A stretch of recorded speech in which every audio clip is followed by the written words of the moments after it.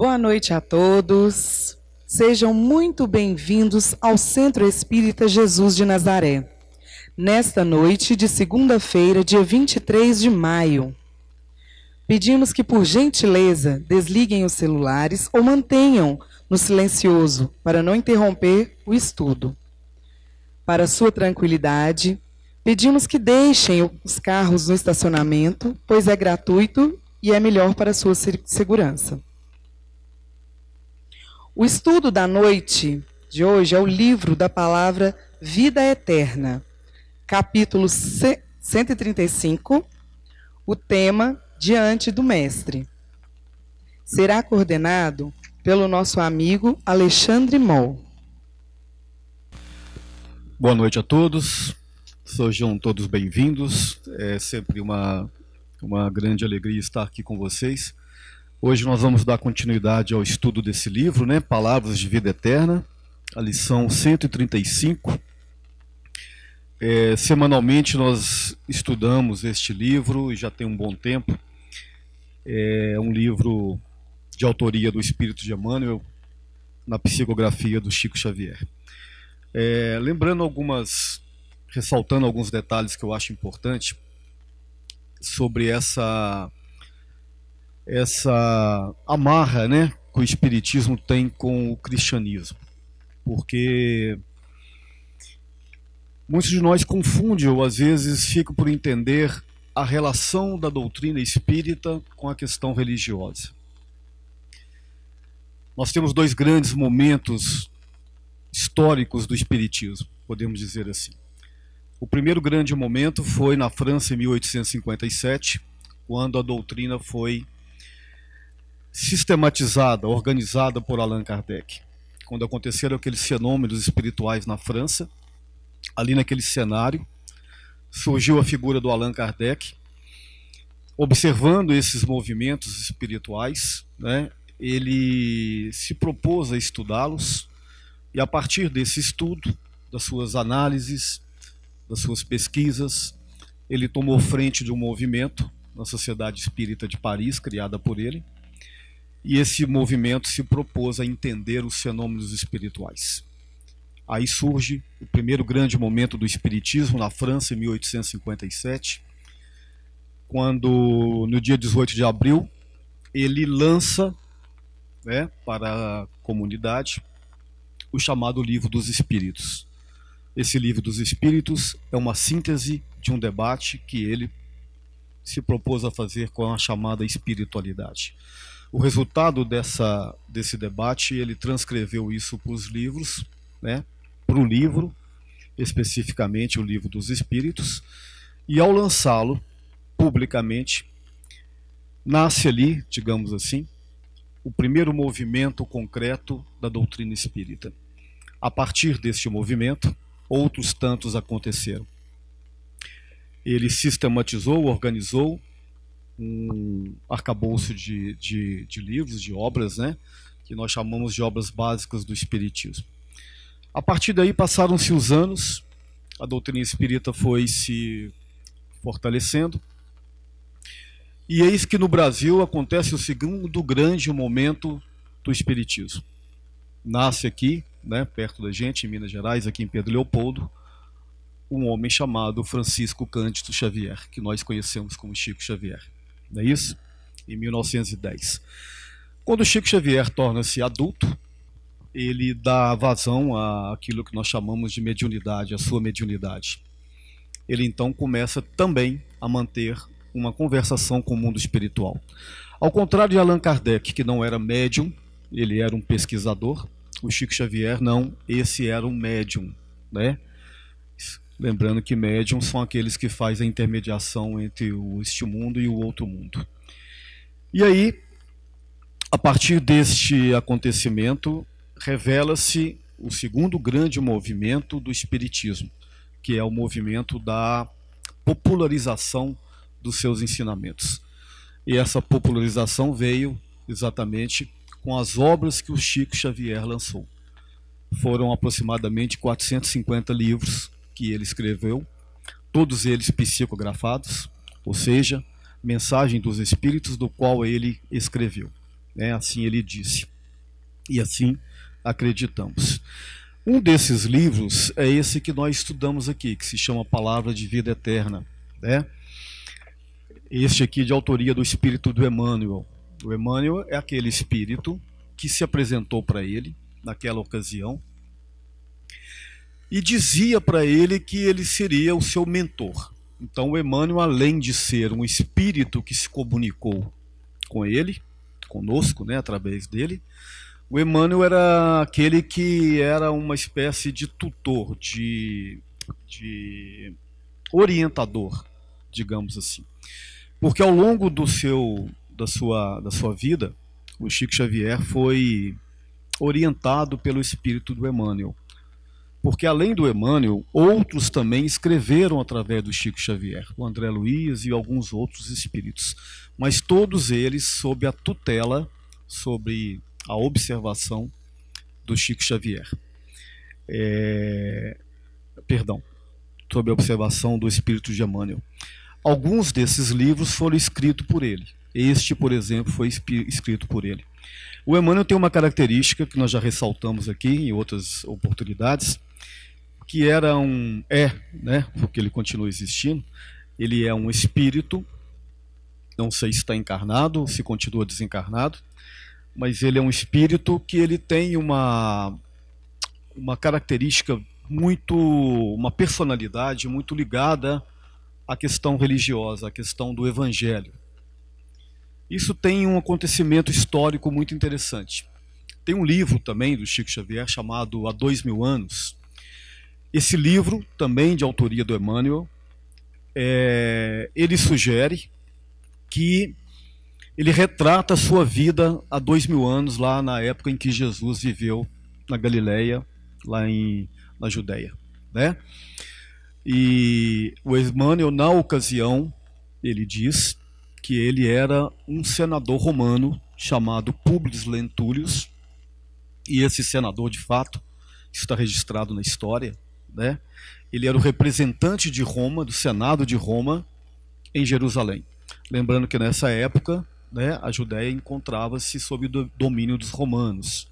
Aí você tinha um rei, né, Herodes, o tretarca, da quarta geração dos Herodes, e você tinha Pôncio Pilatos, que era o governador romano, que era empossado por Roma, e tinha um representante do Senado romano, que era exatamente esse homem, Publius Lentulus, que neste livro ele diz, né, o Emmanuel, que era ele, na ocasião. E então ele tem esse livro ele é muito interessante, eu convido vocês inclusive para estudá-lo ou lê-lo, né, quando tiverem oportunidade, quem não conhece. É um livro muito, muito forte, né? É um romance, mas retrata a vida do Emmanuel nessa ocasião. E ele teve com Jesus, ele conviveu com Jesus, mas ele não aceitava, ele não aceitou Jesus, ele negava a realeza espiritual de Jesus, né? Já a mulher dele, chamada Lívia, não, esta tornou-se seguidora de Jesus. E aí acontece alguns acontecimentos que não cabe colocar aqui, que mais tarde viriam a impactar muito a vida do Emmanuel. Segundo se sabe, algumas outras reencarnações, ele teve ligado muito diretamente ao cristianismo, inclusive dentro da própria igreja. Bom, eu estou falando isso para a gente entender esse contexto histórico, para a gente entender o propósito do Emmanuel aqui. O propósito dele, então, é o que a gente chama de reviver o Evangelho. Ou seja, é fazer uma leitura do Evangelho sob uma perspectiva mais contemporânea, né? Mais do dia. E levando-se também, em contexto, os ensinamentos espíritas, os ensinamentos de Allan Kardec. Então, como eu disse para vocês, nós temos o grande momento com Allan Kardec e o segundo grande momento com Chico Xavier, expandindo, né, o pensamento do Allan Kardec, sem jamais entrar em contradição com esse, muito pelo contrário. Então o Emmanuel ele tem essa organização. Ele vai lá no Evangelho, ele pega uma passagem, né, que eu acredito que não seja aleatória, deve ter um sentido nisso. Ele pega determinadas passagens e vai construindo sobre elas o seu pensamento baseado na sua visão de mundo e na sua visão espírita.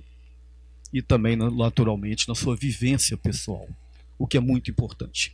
Porque quando a gente fala de determinado assunto com uma vivência pessoal, esse assunto se torna, de alguma maneira, muito mais forte, muito mais realista, né?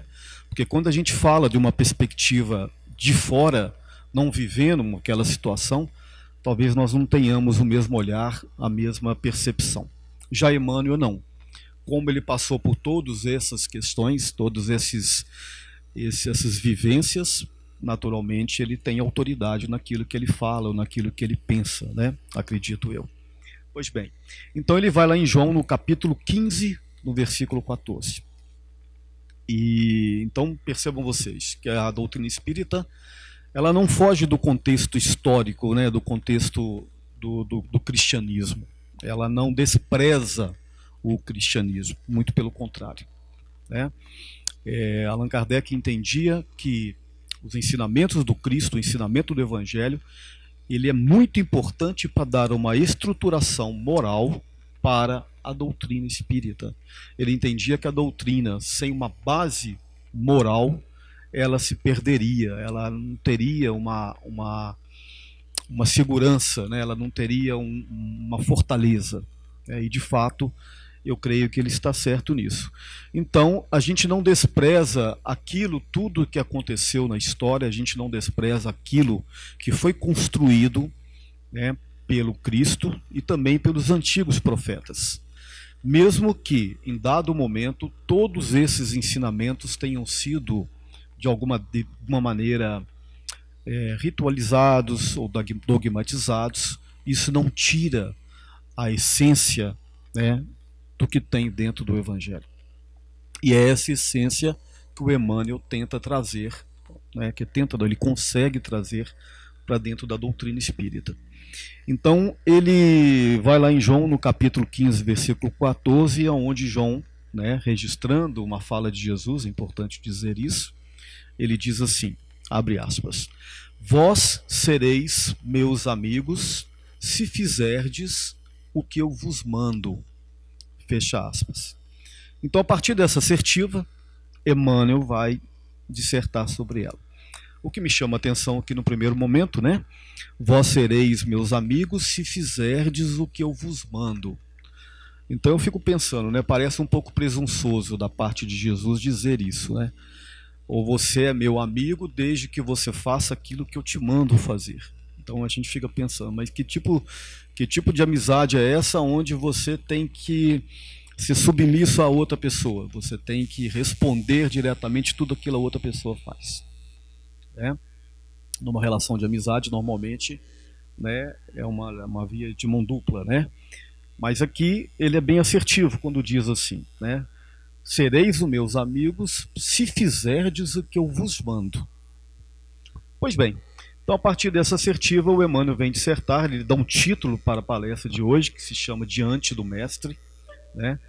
E aqui no próprio título a gente já cabe um comentário. Diante do Mestre. Então, por que diante do Mestre? Nós estamos diante dele. Inclusive aqui agora, né? Nós estamos aqui, todos, inclusive eu, diante dele, diante dos ensinamentos dele. Se não acreditássemos nisso, nós não estaríamos aqui hoje, essa noite. Vocês não teriam vindo aqui e as pessoas que nos assistem também não estariam nos assistindo. Então, a partir do momento em que estamos aqui, nos propomos estar aqui, nós estamos diante, né, colocados em frente de quem? Dele, do Mestre, né? E a palavra Mestre também, cabe aqui um comentário, quando a gente diz Mestre, né, é algo mais, né, Master, né, aquilo que é maior. E maior em quê? Maior, naturalmente, em sabedoria. Porque professores todos somos, de certa forma, né? Os pais são professores, né? Nós que estamos aqui como facilitadores, todos nós somos multiplicadores de alguma coisa e professores. Mas existe uma diferença conceitual entre mestre e professor. Professor é aquele que replica aquilo que ele sabe. Mestre é aquilo que vive aquilo que ele fala, né? Eu, infelizmente, eu estou longe de ser um mestre, né? Estou tentando ser professor, porque infelizmente não consigo muitas vezes viver aquilo que eu falo. Acho que isso é a maioria de nós, né? Porque nós ainda estamos nesse processo de educação dos nossos sentimentos. Então somos ou estudantes ou professores, mas mestres estamos distantes ainda de ser. Então quando Emmanuel coloca diante do mestre, porque a gente entende que Jesus era mestre mesmo, ou ele é mestre mesmo. Por quê? Porque quando esteve aqui, ele viveu tudo aquilo que ele ensinou. Muito distante, né, de uma realidade prática que nós às vezes não temos, ele tinha. Então ele foi colocado em provações, ele colocou os ensinamentos, mas muito mais do que colocar os ensinamentos, ele os vivenciou plenamente. Mas por que ele consegue viver plenamente e nós ainda não? Porque nós ainda estamos na categoria de estudantes, como eu disse para vocês. Então, o mestre é aquele que está lá em cima. E se ele está lá em cima, não é porque ele ganhou o título de alguém, é porque ele conquistou o título de ser mestre, né? Como nós também um dia conquistaremos. Pois bem, então o Emmanuel vem dizendo assim: aspirando ao título de amigos do Senhor, urge não lhe perdemos as instruções. Aspirando ao título de amigos do Senhor, urge não lhe perdermos as instruções. Imbuídos de entusiasmos, somos pródigos em manifestações exteriores. Então nós somos uns entusiastas, né? Estamos imbuídos de entusiasmos, somos pródigos em manifestações exteriores. Então, muitos de nós, e eu também me incluo, naturalmente, somos pródigos em manifestações exteriores e entusiasmos quando falamos de Jesus, né? Isso é uma característica nossa, mas muitas vezes estamos distantes das práticas, né?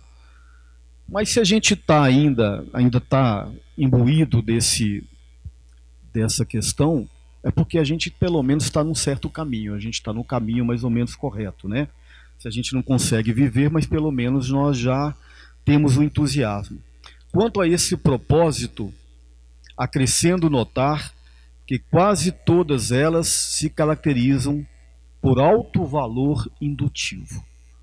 Bom, se nós temos entusiasmos e muitas vezes nos preocupamos com as manifestações exteriores, no entanto, quase todas elas se caracterizam por alto valor indutivo.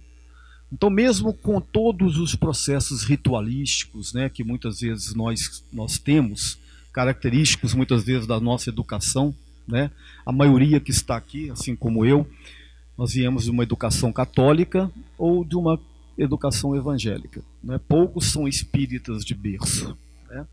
A doutrina espírita ainda é muito nova. Mas em todas essas religiões, inclusive dentro do espiritismo, esses procedimentos ritualísticos, né, esses procedimentos exteriores, eles são características culturais. Isso está atrelado à própria evolução do homem, né? Se a gente parar para analisar o comportamento do homem, desde os antigos tempos a gente tem esse hábito de adorar. E esse hábito de adorar, muitas vezes, eles têm construções ritualísticas, né? A questão do altar, por exemplo, os altares católicos, até mesmo os altares espíritas, da onde que vem isso? Vem das culturas antigas, aonde se faziam as oferendas para os deuses, né? Quando o cristianismo começou a ser estruturado em Roma, mais ou menos no ano 300 e alguma coisa, né, as práticas foram sendo adaptadas. Não chegou de uma hora para outra e construiu-se o ritual da missa. O ritual da missa, como nós conhecemos, foi construído dentro da prática dos romanos, que tinha toda uma herança dos gregos, né? Então aquele ritual da missa, aquele ritual do sacerdote, inclusive o ritual do vinho e do pão, esses rituais eles foram trazidos e misturados da cultura greco-romana à cultura cristã. Aí surgiu esse ritual da missa, como nós ainda praticamos até hoje. Então isso vem sendo construído, e isso é uma herança cultural de todos nós. E você não tem como tirar isso da gente. E também não é preciso tirar. Apesar de entendermos hoje como espíritas que os ritualismos muitas vezes nos afastam da essência dos ensinamentos, né, nós muitas vezes ainda precisamos dessas práticas. Muitas vezes precisamos de um terço, precisamos às vezes de um santo, né, precisamos de um altar, precisamos de nos ajoelhar, porque isso ainda é intrínseco, né, à nossa personalidade coletiva, inclusive. Então nós ainda temos essas práticas, e essas práticas elas têm um poder indutivo, como sugere o Emmanuel, para fazer a conexão com o sagrado, com o mundo espiritual. Então vocês podem reparar que em todas as religiões, das politeístas antigas do Oriente, as monoteístas do Ocidente, as práticas ritualísticas, elas têm todo um sentido, elas têm todo um ordenamento. E esse ordenamento é exatamente tentar fazer uma conexão das pessoas com o sagrado, né, com a espiritualidade. Dentro da prática espírita, a gente tenta fazer isso de uma forma mais direta, porque a gente entende que não tem mais essa barreira, né, esses intermédios. Mas isso ainda faz parte do nosso contexto, da nossa cultura, como eu disse. Mas existe, então, nessas práticas, segundo sugere o Emmanuel, todo um alto valor indutivo. Então, quando nós vamos orar, quando a gente entra em conexão com a espiritualidade, por que a gente tem que ficar de uma forma introspectiva, por que a gente tem que entrar para dentro da gente, né? Como diz até mesmo Jesus, né? Quando orares, entre para dentro do teu quarto íntimo, que é uma forma de você dar conexão com esse alto valor indutivo que a espiritualidade dá. Então, nas religiões comuns, nas religiões ritualísticas, isso vem muitas vezes dessa forma, através desses rituais.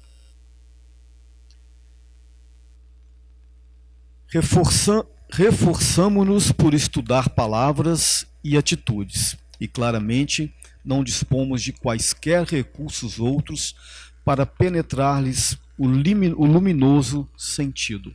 Reforçamos por estudar-lhes palavras e atitudes. Ou seja, a prática do estudo, né, do conhecimento evangélico, o que nós estamos fazendo hoje aqui, exatamente o que estamos fazendo hoje, ele é muito importante porque é a forma de como nós vamos nos conectar ao seu luminoso sentido e ensinamento. Então, nós precisamos fazer essa conexão com aquilo que foi trazido através do Cristo. E o que foi concretamente trazido através dele? É o Evangelho. O Evangelho é o quê? É uma síntese, é um corpo, né, de ensinos pedagógicos das práticas dos ensinamentos de Jesus. Então, para você fazer essa conexão, para nós fazermos a conexão com esse lado luminoso do Cristo, é importante realmente conhecer e estudar, né, os seus ensinamentos. E como é que a gente faz isso? É do jeito que nós estamos fazendo, né? Buscar entender e conhecê-lo. Administramos conselhos preciosos em nome dele, sem que nos seja permitido manejar veículo mais adequado às circunstâncias, a fim de que os irmãos nossos consigam encontrar a direção ou o caminho que se mostram carecedores. Administramos conselhos preciosos em nome dele, sem que nos permitido manejar veículo mais adequado a certas circunstâncias. Então, quando você começa a buscar esse conhecimento, por mais teórico que ele seja, por mais, né, ritualístico que ele seja, você já está alimentando o seu conhecimento, a sua base moral, para que nós possamos, em dados momentos, compartilhar esses ensinamentos com aqueles que precisam, mesmo que não seja da forma precisa, da forma efetiva, porque nós ainda estamos distante ainda desse conhecimento. Mas, segundo sugere o Emmanuel, quando você busca esse conhecimento teórico, você já está gabaritando o seu espírito, né, dentro dessa sua conceituação, dessa sua sabedoria, para que em momento justo a gente possa levar essa palavra com mais sustentação, né, aonde sugere-se a prática da caridade consorciado à prática do conhecimento teórico, né? Porque, como dizia Paulo, o conhecimento, a fé sem o sentido, ela é uma fé em vão, né? O conhecimento teórico sem a prática desse conhecimento é um conhecimento, de certa forma, em vão também. Mas a gente vai conseguir penetrar e adquirir esse conhecimento através do entendimento dessas questões, né? É o que eu entendo aqui. Escrevemos páginas que lhe expressam as diretrizes, e não nos cabe agir de outro modo para que se nos amplie na terra a cultura do espírito. Escrevemos páginas que lhe expressam as diretrizes, e não nos cabe agir de outro modo para que se nos amplie na terra a cultura do espírito. Levantamos tribunas em que lhe retratamos o ensino, pelo verbo bem posto, sem necessário assim procedamos, difundindo esclarecimentos edificantes que nos favoreçam a educação dos sentidos. Levantamos tribunas que lhe retratamos o ensino do verbo bem posto. Então, isso aqui vale muito para nós, né, os oradores, né, e para quem, de certa forma, né, os sacerdotes, os pastores, enfim. Você levanta a tribuna do verbo bem posto, da palavra bem colocada, mas muitas vezes está distante dessa prática, desse conhecimento dos sentidos. Ele completa aqui, dizendo que difundindo esclarecimentos edificantes que nos favoreçam a educação dos sentidos. Aí eu remonto a palavra educação, né, o conceito da palavra educação, que é exducare, né? Tirar de dentro para fora. Mas você só vai tirar, nós só vamos tirar de dentro para fora aquilo que tem dentro. Então, se você não tem o espírito educado, não tem como se tirar.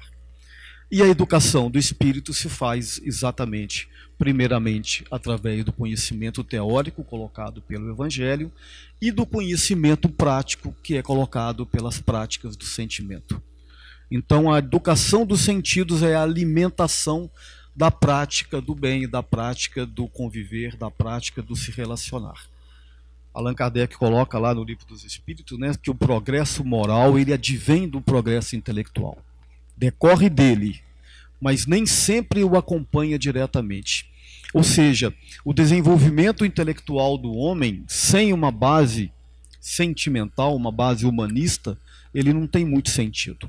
Mas ele decorre do conhecimento das coisas. Nós só começamos a despertar os nossos sentimentos quando nós começamos a entender a realidade do mundo, né? A realidade concreta do mundo, a realidade abstrata do mundo, subjetiva, né? E aí que a gente começa a construir essa busca dos sentimentos, dos relacionamentos, né? Por isso é muito importante conhecer as coisas do ponto de vista prático, do ponto de vista teórico, né? Do ponto de vista filosófico, do ponto de vista científico, mas essas coisas só vão valer a pena quando a gente começar a mudar verdadeiramente os nossos sentimentos, as nossas práticas, né? Porque senão o conhecimento não há sentido nenhum.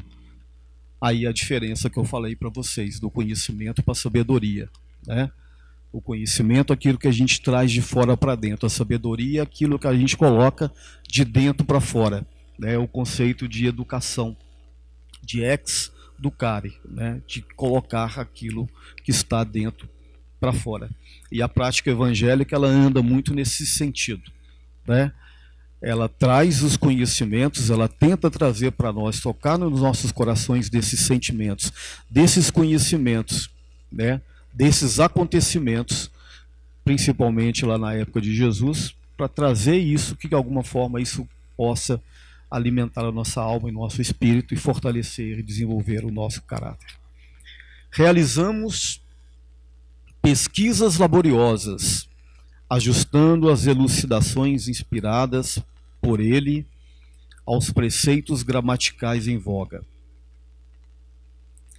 compelindo-nos a reconhecer que não existe outra via senão essa para fazer-lhes a orientação respeitada nas assembleias humanas. Então, o que o Emmanuel diz, que dentro da sua perspectiva, não existe outra maneira de difusão do Evangelho que não seja através dessas maneiras mesmo, né? O conceito da missa, a estruturação da missa católica, a pregação de um pastor, a facilitação de um orador espírita, né? Nós mesmos, nas nossas casas, durante os cultos nos lares, que acho que eu creio que a maioria faz, quer dizer, não existe dentro do entendimento dele uma outra maneira de multiplicação do Evangelho que não seja essa, né? Estudar, conhecer os acontecimentos, entender os acontecimentos e colocar isso de alguma maneira para fora através das suas práticas. Entretanto, isto não basta. Aqui o Emmanuel já começa a fechar o seu pensamento, né? Ele fala de tudo isso, da questão do conhecimento teórico, a questão das práticas ritualísticas, a questão da necessidade das assembleias, dos estudos, dos cultos, que tudo isso tem uma serventia na educação de todos nós. Mas ele ressalta que só isto não basta, é preciso mais. Ele mesmo, né, ele aqui é Jesus, claro, ele mesmo não se limitou a induzir, demonstrando a própria união com o bem eterno. Consagrou-se a substanciá-lo na construção do bem de todos. Então Jesus não ficou só na oratória, ele não ficou só nos ensinos, né? Ele vivenciou o tempo todo esses ensinos quando ele esteve aqui, na sua união com o eterno bem, da construção do bem de todos. Aqui o Emmanuel destaca a palavra bem, né? E essa construção do bem, ela é importante a gente ressaltar isso aqui, que o bem é uma construção baseada em cima do mundo, resultante do conhecimento. Dentro da nossa perspectiva, o bem é aquilo que adquirimos quando nós buscamos o conhecimento. Então, essa dicotomia entre o bem e o mal, né? Inclusive tem a filosofia maniqueísta, né? Que retratava o mundo em dois olhares, né? Em duas potências, a potência do bem e a potência do mal. A potência do bem materializado em Deus e do mal materializado no demônio, né? Enfim, mas dentro da construção espírita a gente entende que a conquista do bem, ela é uma resultante da evolução humana. Ou seja, a gente vai só se tornar verdadeiramente bons através do conhecimento e do entendimento das coisas. E quando eu falo conhecimento, eu não estou falando só conhecimento no sentido filosófico, científico, né? É principalmente do conhecimento das relações e das vivências. Por isso que a gente entende que a reencarnação é uma proposta evolutiva. Não tem como você adquirir o conhecimento das coisas numa única vivência, numa única experiência, né? Então, bem dentro da perspectiva espírita, aqueles que praticam bem são aqueles que têm o conhecimento da vida. E o conhecimento, muitas vezes, é resultante de muito sofrimento, de muita dor e de muitos prazeres também, naturalmente, né? Então, por que o homem pratica o bem, o homem e mulher, claro, e por que outros praticam o mal? Então, dentro dessa construção, desse entendimento, porque o mal está relacionado à ignorância. Ninguém é mal por ser mal, né? Muitas vezes as pessoas fazem o mal deliberadamente, nos causam revolta, né? Nos incomodam profundamente, e assim tem que ser, né? Porém, é importante entendermos que nesse entendimento, o mal ele é praticado exatamente pela falta do conhecimento, pela ignorância plena dos atos. Porque quando o homem tem consciência das suas responsabilidades diante de si, diante do universo, ele passa naturalmente a fazer cada vez menos o mal e praticar cada vez mais o bem. E esse bem eterno é o bem que rege em todo o universo.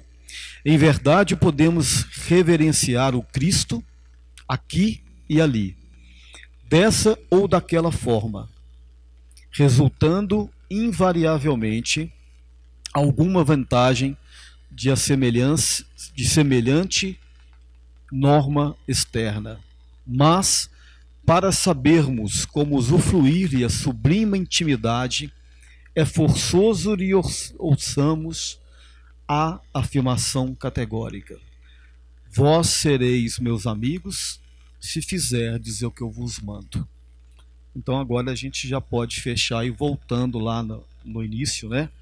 Quando eu falei para vocês que parecia presunçoso de Jesus dizer, né?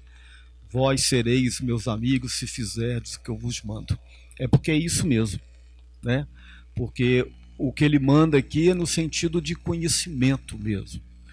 É um espírito, que nós acreditamos ser um espírito no nível crístico, que tem todo o conhecimento das vivências, das experiências. Então, quando ele fala, como eu vos mando, é porque o mandar aqui não é um sentido de autoridade, no sentido de autoritarismo, né? É no sentido da autoridade moral mesmo.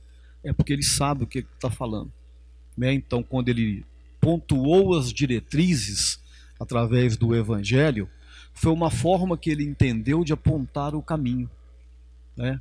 Eu sou o caminho, a verdade e a vida. Quem quiser se salvar, pegue a tua cruz e siga-me. Então ele deixou em aberto, né? Respeitando sempre o livre-arbítrio. Então quando ele fala, eu sou o caminho, a verdade e a vida, não é também uma presunção da parte dele. É porque ele tem o conhecimento do caminho, da verdade e a vida. Por quê? Porque ele já trilhou esse caminho. Quando você vai para um lugar e esse lugar é distante, cheio de dificuldades, mas você venceu e chegou lá, quando você vai falar para alguém como é para ir, você tem como poder falar para a pessoa, olha, siga este caminho que eu sei que eu estou falando. Se você for plantar milho, por exemplo, e não sabe como plantar, procure alguém que conheça, procure um agricultor experiente, né, e pergunte para ele como é que faz para plantar milho. Ele vai te falar a época do plantio, ele vai te falar a lua, ele vai te falar o tipo de terra, como é que você vai fazer a cova de tantos em tantos metros, quantas sementes você coloca, qual a semente que você coloca, enfim. Se você seguir a orientação daquele agricultor, você vai colher o milho de qualidade. Por quê? Porque ele tem o conhecimento do que está falando. E quando Jesus diz que quem quiser ser meu amigo, faça o que eu digo, siga o que eu mando, é porque ele sabe o que ele está falando. E o que ele está mandando está muito bem explícito no seu evangelho, aí daí para frente cabe a cada um de nós segui-lo ou não segui-lo, da maneira que eu quero ou da maneira que eu não quero. Muito obrigado a vocês pelo carinho, pela atenção, boa noite a todos.